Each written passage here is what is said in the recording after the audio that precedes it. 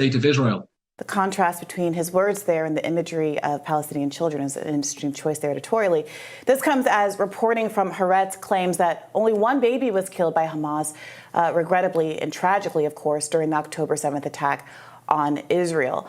So Haaretz has been doing, it's obviously an Israeli paper, has been going through and trying to find all of the names, ages, and identities of people who have been killed. And partly it's their investigation that's caused there to be this revision down of the number from 1,400, which is the number we've all been citing as a number of people tragically lost on October 7th, to less than 1,200. The number is now 1,100 odd deaths. And the breakdown is that there were a number of children, I think it said 3 to 17 minors, and 0 to 3 babies. So it's interesting to see, as obviously as time goes on, it was a horrible event. There was a lot of melee. There was a lot of crossfire. A lot of the people who were caught up, Israelis that were caught up in the exchanges on the 7th, said that some of their loved ones were caught in the crossfire and were killed by IDF bullets. That's not, to say that they're responsible, but that this has been an ongoing discussion. And now that some of the dust has cleared and bodies have been able to be counted, I think more easily because they're not in an ongoing war zone the way that Gaza is, they've revised some of those numbers down. And so far, no one's been able to account for more than one baby so far. And there is some significant evidence that baby was one of the ones that was killed in the IDF crossfire. This is the tallying that's going on.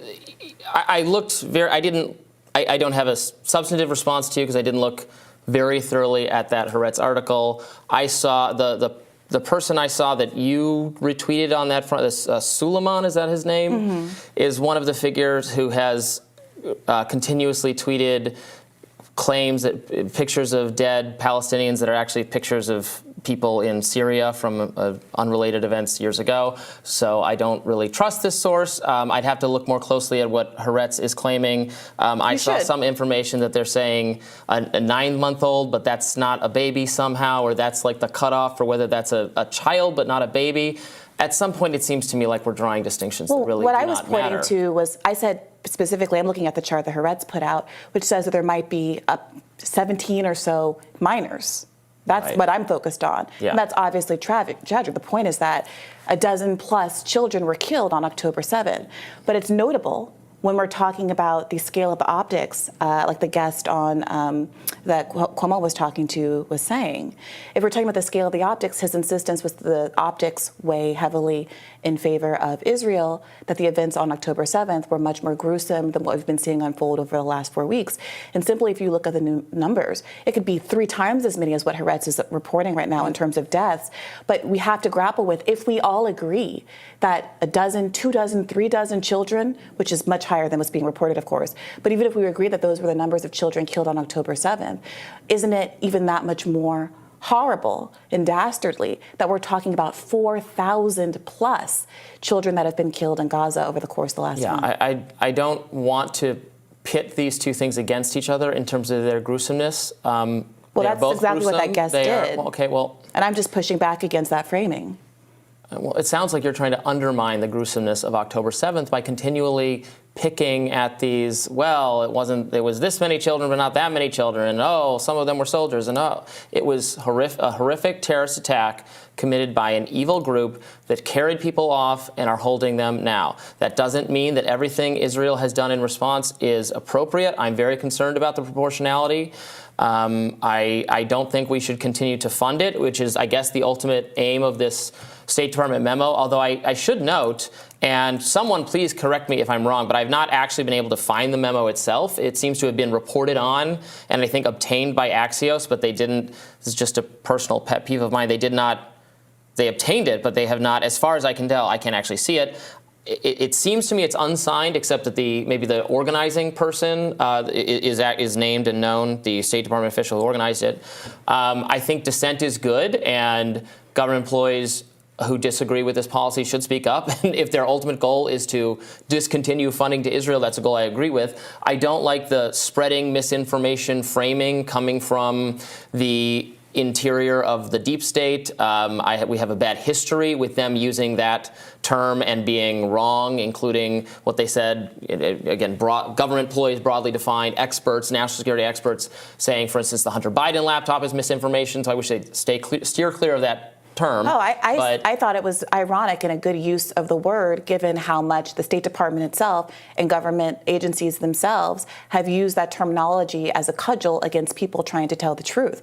I thought it was a kind of a self-aware use of that word for exactly those reasons, but I could be wrong. I thought it was a kind of a masterful own to say, you're the ones that are out here accusing everybody of misinformation, when you yourself are frankly ignoring, even with Blinken's response. It was a kind of I see you, I hear you response, basically ignoring calls not just from members within your own organization, but world leaders. A number of embassies, as we've discussed, have recalled their ambassadors to Israel. Heads of multiple international humanitarian aid organizations have called for a ceasefire and have been critical of the American government's support of the ongoing siege on Gaza, not to mention the fact that we had the UN official that resigned because he felt like in all of his years at the UN, he had never seen more clear evidence of genocide that was going unremarked upon organizationally because of America's veto power in these international organizations. Well, it sounds like there is a plan now potentially for a 5-day ceasefire. There's been some reporting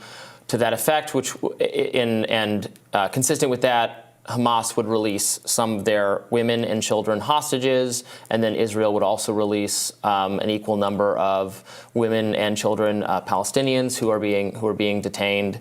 And there would be a 5-day period to allow for additional negotiations. What trajectory those would ultimately take is unknown because Israel is really only, going to be interested in moving forward with a more permanent or more durable ceasefire if Hamas agrees to demobilize its activities, perhaps in favor of the Palestinian I really hope Authority. that Israel does take this seriously. Hamas, of course, offered an exchange of prisoners for a ceasefire weeks ago. And Israel at that time said no. They seem to be more interested in continuing the siege for their own reasons. It does seem now that the pressure has mounted on the Biden administration in Israel as international opinions start to sway. And I think the reason is because we've gone from a couple of weeks ago, people disputing that Israel could ever bomb a hospital, to Israel now having immobilized and bombed every single hospital in Gaza. And the last of it was over the weekend with Al-Shifa Hospital. There are tunnels under those hospitals where there are Hamas officials detaining and holding captives. I appreciate that you seem to have swallowed hook, line, and sinker the State Department's talking points. I watched the videos. You can watch a video of it. You watched a video of the tunnel. That's absolutely not true, Robbie. You cannot say that. I'm sorry. You watched the video of the IDF soldiers going into the hospital, pointing at... Wait a minute, Robbie. Everything the terrorists say is accurate. Everything Robbie, Israel says is inaccurate. Let's talk about this. You're a simpleton when it comes to this. If you insult me like that again on this show, Robbie, we might not be sitting here again together. So I advise you to control yourself. Don't say I take hook, line, and sinker everything the mainstream media tells me to think that is obviously not clear as we watch this show. Let's talk about the video, Robbie. The video that was going around, and we maybe should pull up a clip of it if we can, was IDF soldiers going into a hospital, one of the many hospitals that they've now demobilized. And the soldier, and in lieu of finding any tunnels, starts picking up Pampers and other kind of materials, then points to a sign on the wall, like a piece of paper on the wall with Arabic writing on it, and says, "This is a list of hostages. See, this is proof that this is a terrorist hotbed." Arabic readers then just read the thing. You can see the language on the sign. It's the days of the week in Arabic. It's like a calendar. Okay, what about the guns and the chair? I have seen no evidence. Okay, watch that same video later. They find guns. So your argument is that the fact of guns, which I have not seen reported. I didn't see it reported. I watched it.